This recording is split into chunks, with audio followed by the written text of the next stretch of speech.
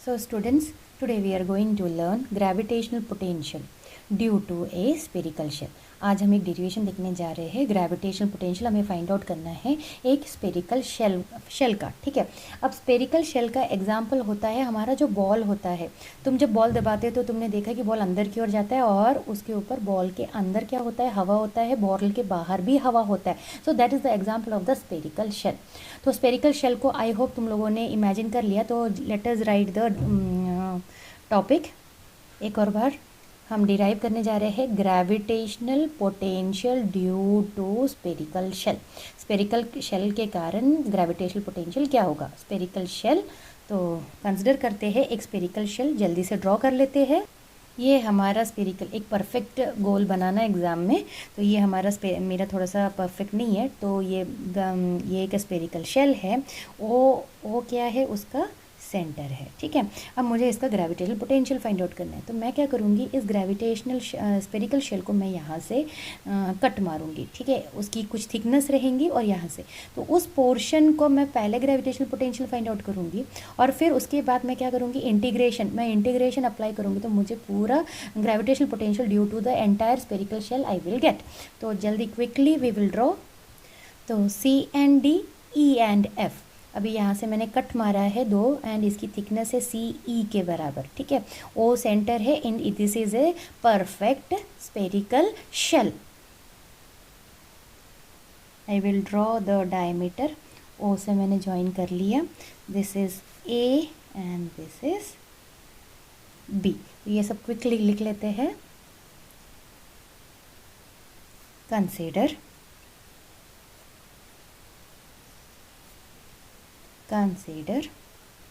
a spherical shell, मैंने consider किया है, and let the radius of the spherical shell को मैंने ए रखा है and rho be its mass per unit area. ठीक है, रो क्या है, मास पर यूनिट एरिया है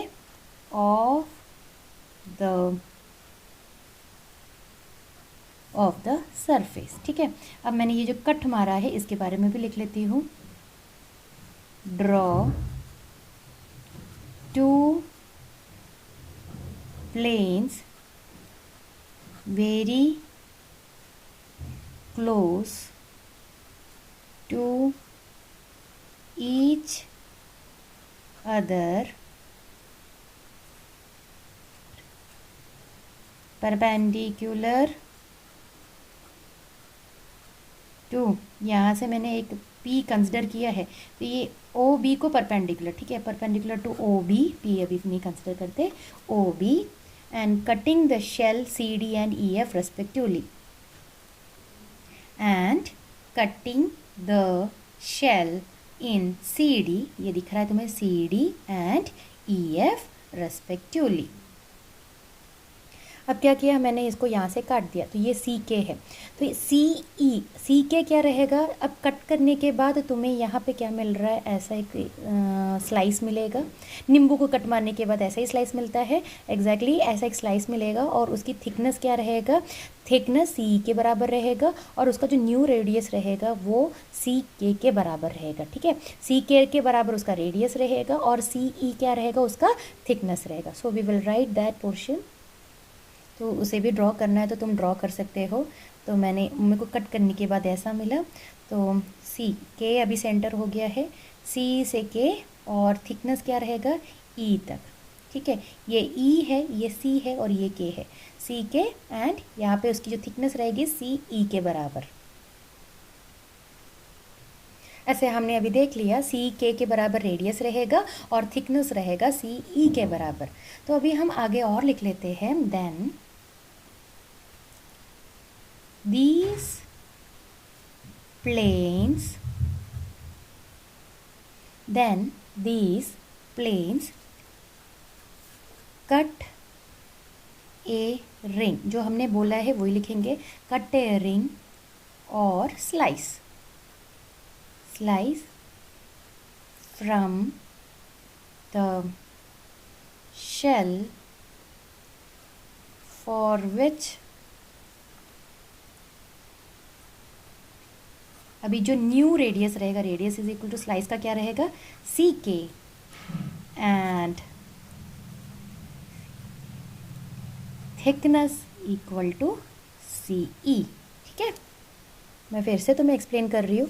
हमने एक बहुत बड़ा स्पीयर कंसिडर किया, स्पीयर को मैंने परपेंडिकुलर यहाँ से कट किया, किसको परपेंडिकुलर, ओ बी के परपेंडिकुलर कट किया, तो जब स्लाइस निकला वो स्लाइस ऐसा दिख रहा है, जिसका रेडियस सी के बराबर है और जो थिकनेस है वो सी ई के बराबर है, वही हमने अभी लिखा है। अभी हम ज्वाइन करेंगे ओ से सी एंड ओ से ई, ओ से सी एंड ओ से ई, सो दैट ये जो एंगल है वो थीटा के बराबर है, थीटा, और ये जो एंगल है वो डी थीटा के बराबर है। So we will write everything, join O C and O E and let the angle, अभी हम एक एंगल कंसिडर कर रहे हैं, एंगल बी ओ सी। तो हमारे डायग्राम में B O C, B the B O C किसके बराबर है, हमने अभी देखा, बी ओ सी थीटा के बराबर है, एंड द स्मॉल एंगल, अब जो स्मॉल एंगल है वो है C O E B D theta, just now मैंने तुम्हें बताया अभी वही। अब नाउ हम थिकनेस कंसिडर कर रहे हैं, अब ये जो थिकनेस मैंने बताया वो स्लाइस का, वो देख लेते हैं। देयरफॉर अब पूरा थिकनेस चाहिए, थिकनेस ऑफ द शेल सी ई किसके बराबर रहेगा, ए इंटू डी थीटा के बराबर रहेगा। ए क्या है, रेडियस है, और डी थीटा, देखो एंगल क्या है, डी थीटा, वो जो आर्क वाला डी थीटा, इसलिए जो थिकनेस रहेगा वो इक्वल रहेगा ए इंटू जो सी ई है वो किसके बराबर रहेगा, रेडियस इंटू डी थीटा, इसलिए हमने वही लिखा। अब मुझे रेडियस ऑफ द शेल चाहिए पूरा, तो रेडियस ऑफ द शेल किसके बराबर है, थीटा के टर्म्स में हम ये भी पूरा लिख रहे हैं, तो therefore radius of the shell, अब रेडियस ऑफ द शेल हमने तो बोल दिया है सी के बराबर है। अब सी के थीटा के टर्म्स में जब लिखेंगे तो वो आ जाएगा ए इंटू साइन थीटा। अब तुम लोग पूछ रहे होंगे sine theta means sine theta is equal to opposite side divided by hypotenuse. ठीक है, तो यहाँ पे अपोजिट साइड, अभी देखो थीटा यहाँ पे है तो अपोजिट साइड क्या है, सी के डिवाइडेड बाय सी ओ, तो सी के तो यहाँ पे आ गया। ठीक है, ये वाला रेडियस है और ये मुझे पता है ए है, तो sine theta is equal to, sine theta equal to क्या आ रहा है, sine theta is equal to C K divided by A, इसलिए C K is equal to A into sine theta मिला। ठीक है, तो हम वही लिख लेते हैं यहाँ पे, साइन थीटा अपोजिट साइड है सी के, ये था hypotenuse is equal to a, तो सी के किसके बराबर हुआ, C K is equal to A into sine theta, इसलिए हमने यहाँ पे ए इंटू साइन थीटा लिखा है। तो अभी हम सर्कमफरेंस ऑफ द शेल देख लेते हैं, तो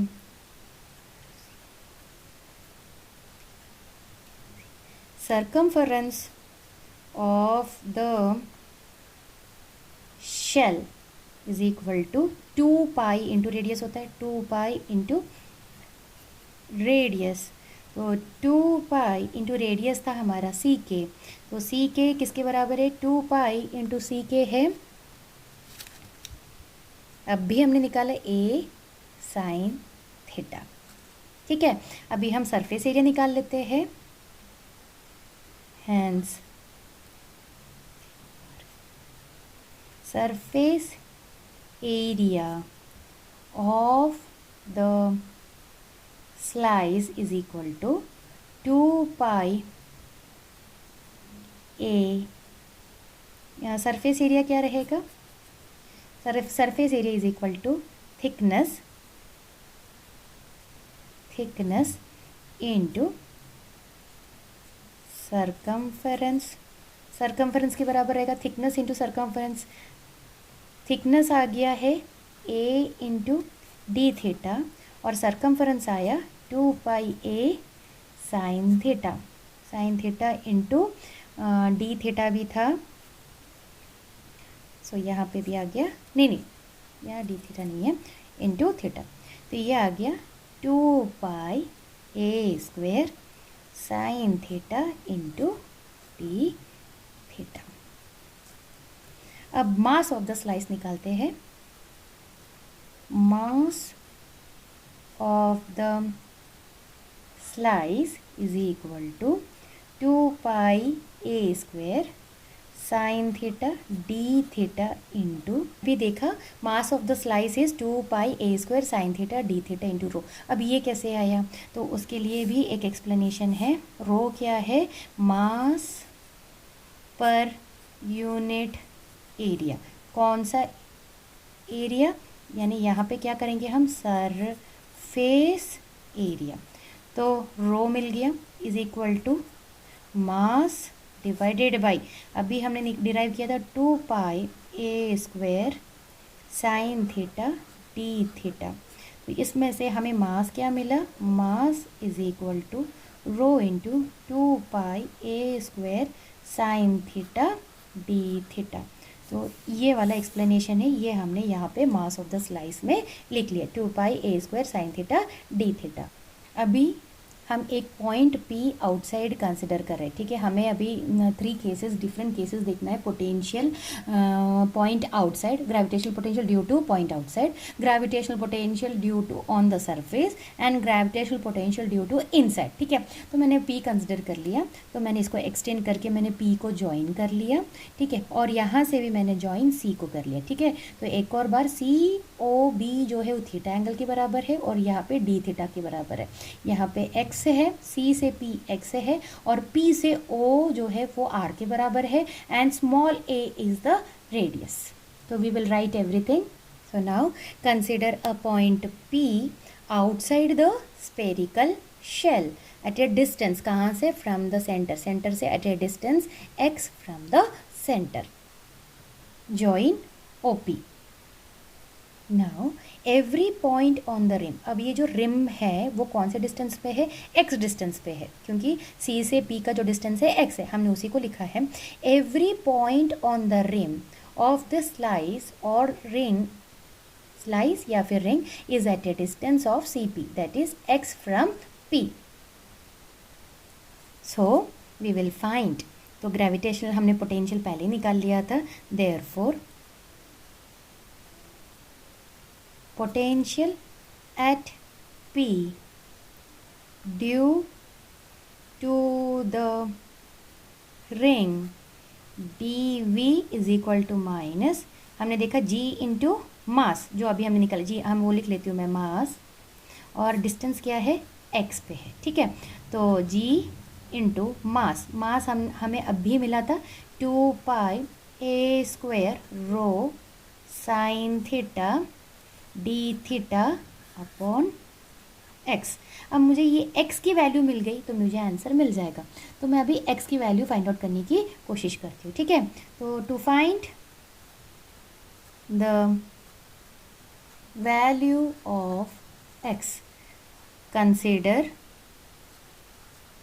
अ ट्रायंगल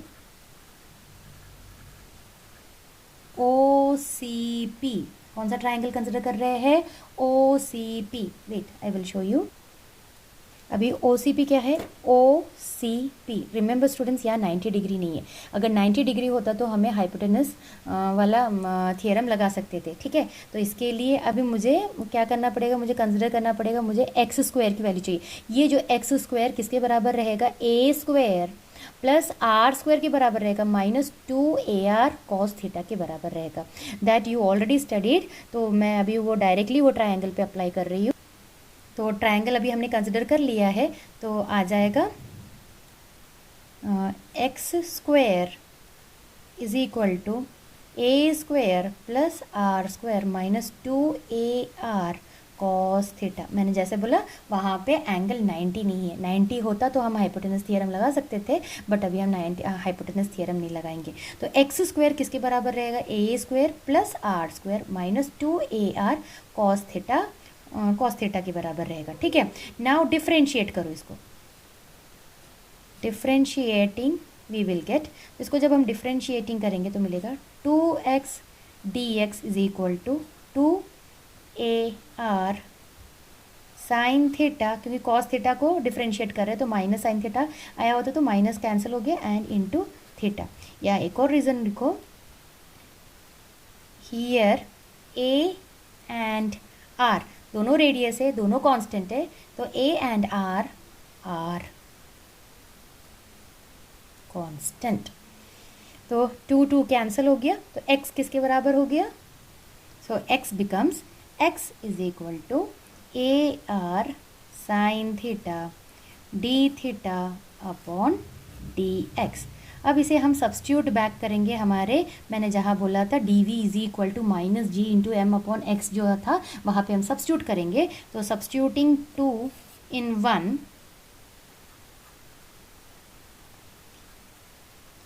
सब्स्टिट्यूटिंग 2 in 1, तो dv is equal to minus G 2 pi A square rho sine theta D theta upon AR sine theta D theta upon dx।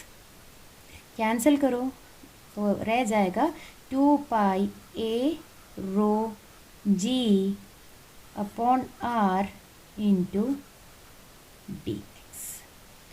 ठीक है, तो this is our equation number 3। हमने वही diagram consider किया है, अभी हमने P पॉइंट को यहाँ कंसिडर किया है। ठीक है, एट ए डिस्टेंस, फिर से R डिस्टेंस में ही कंसिडर किया है। अभी हम जो डेरिवेशन करने जा रहे हैं that is point inside the shell के लिए हम करने जा रहे हैं। तो OP जो रहेगा, सो हियर OP जो रहेगा R के बराबर रहेगा डायग्राम में। अभी हमें इंटीग्रेट करना है, इंटीग्रेटिंग इक्वेशन नंबर, जो हमारे इक्वेशन नंबर 3 था, integrating equation 3 between the limit. अभी हम फिर से लिमिट कंसिडर करें, बिटवीन द लिमिट P से B चाहिए मुझे। तो P से B कब बनेगा, P से B रहेगा स्मॉल a पूरा रेडियस से, मैं जब R माइनस करूँगी तो, एंड मुझे P से A चाहिए डिस्टेंस। ठीक है, P से A कब मिलेगा, जब मैं A से R ऐड करूँगी, तो A से R, A प्लस R। अब वही इक्वेशन में हम सब्स्टिट्यूट कर रहे हैं, तो V is equal to minus A minus R, A अभी छोटा है तो A माइनस R से A plus R 2 pi A rho G upon R into dx. The integration will operate only on the x term. The rest of the term will act as constant. Take it outside of the integration. You will get minus 2 pi A rho G upon R into integration dx. ये मिलेगा minus 2 pi A rho G upon R into x. अब limit है A minus R से A plus R, तो limit भी कर लेते, तो V is equal to minus 2 pi A rho G upon R, यहाँ आ जाएगा A plus R minus A minus R minus 2 pi A rho G upon R into A plus R minus A plus R, ये आ गया 2R minus 2 pi A rho G upon R into 2R, R R cancel, ये हो गया minus 4 pi a rho जी। ठीक है, अब मैं मल्टीप्लाई करूँगी। This is my equation number 7। Multiply equation, multiply and divide equation 7 by a minus 4 pi A square rho ji upon a. फिर से इसका एक्सप्लेनेशन है, ये हमारे मास के बराबर है, तो we already know this is equal to mass, तो हमारी इक्वेशन मॉडिफाई होगा minus G M upon a, where m is equal to 4 pi A square rho, जो मैंने तुम्हें एक्सप्लेनेशन इसके पहले दिया था कि रो is mass per unit surface area. ठीक है, उसका एक्सप्लेनेशन मैं फिर से एक और बार दे देती हूँ। Rho is equal to mass upon surface area, mass is equal to rho into surface area. Surface area already 4 pi R square है, हम जानते हैं। आर स्क्वायर यानी यहाँ पे रेडियस ए हो गया, इसलिए 4 पाई ए स्क्वायर। इसलिए मास की जगह पे हमने क्या लिखा, 4 pi A square, rho is the mass.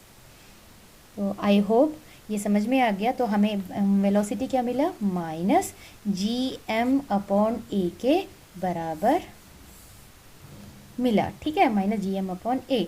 This is our equation number 8। ये हमारे पॉइंट ऑन द सरफेस के बराबर हो गया। तो point on the surface of the shell या इनसाइड में वैल्यू सेम होता है। ठीक है, this value is the same as at a point on the